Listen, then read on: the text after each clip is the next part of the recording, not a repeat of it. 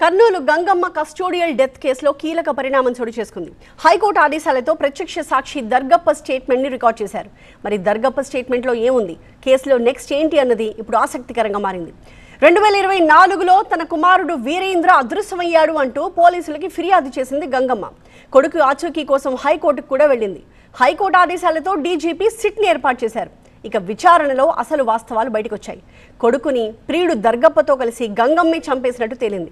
అలా పోలీసుల విచారణ జరుగుతూ ఉండగానే గంగమ్మ ఆరోగ్యం విషమించి చనిపోయింది. గంగమ్మతో పాటు కస్టడీలో అనారోగ్యానికి గురైన ప్రియుడు దర్గప్ప ఇప్పుడు కర్నూలు ప్రభుత్వాసుపత్రిలో చికిత్స పొందుతున్నాడు. ఇప్పుడు ఈ దర్గప్ప స్టేట్మెంట్ని రికార్డ్ చేశారు. ఆ స్టేట్మెంట్లో ఏముంది అన్నదే ఉత్కంఠ రేపుతోంది. దర్గప్ప చికిత్స పొందుతున్న కర్నూలు ప్రభుత్వాసుపత్రి నుంచి మరింత సమాచారాన్ని మా సీనియర్ కరెస్పాండెంట్ నాగ్ అందిస్తారు. హైకోర్టు ఆదేశాలతో కర్నూలు జిల్లాలో జరిగిన కస్టోడియల్ డెత్ వ్యవహారంపై ఉత్కంఠ నెలకొంది. ఇప్పటికే ఈ కేసులో ప్రత్యక్ష సాక్షిగా ఉన్న దర్గప్పను మేజిస్ట్రేట్ విచారించి రికార్డు కూడా ఆయన స్టేట్మెంట్ను రికార్డు కూడా చేశారు. అయితే ఈ కేసుకు సంబంధించిన పూర్తి వివరాల్లోకి వెళితే 2024 నవంబర్లో తన కొడుకు కనిపించడం లేదంటూ కౌతాలం మండలం బదినేహాల్ గ్రామానికి చెందిన గంగమ్మ పోలీస్ స్టేషన్లో ఫిర్యాదు చేసింది. అతనిపై మిస్సింగ్ కేసు కూడా నమోదైంది. అయినప్పటికీ కూడా తన కొడుకు ఆచూకీ తేలలేదంటూ గంగమ్మ హైకోర్టును ఆశ్రయించింది. హైకోర్టు ఆదేశాలతో డీజీపీ ఒక సిట్ ఏర్పాటు చేశారు. గుంటూరు అడిషనల్ ఎస్పీ సుప్రజ నేతృత్వంలో ఈ సిట్ ఏర్పాటైంది. విచారణలో భాగంగా గంగమ్మను ఆమె ప్రియుడు దర్గప్పను కూడా సిట్ అదుపులోకి తీసుకొని విచారించింది. తమదైన స్టైల్లో కౌన్సిలింగ్ కూడా ఇచ్చింది. అయితే ఈ కౌన్సిలింగ్ అనంతరం గంగమ్మ ఆమె ప్రియుడు దర్గప్ప నిజాలు వెల్లడించారు.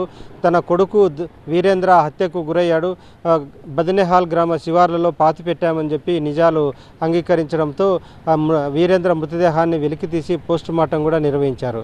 ఈలోగా పోలీసుల కౌన్సిలింగ్ చేతిలో తీవ్రంగా గాయపడిన గంగమ్మ పరిస్థితి విషమంగా మారింది. ఆమె కర్నూలు కిమ్స్ హాస్పిటల్లో చికిత్స పొందుతూ మే 31న మృతి చెందింది.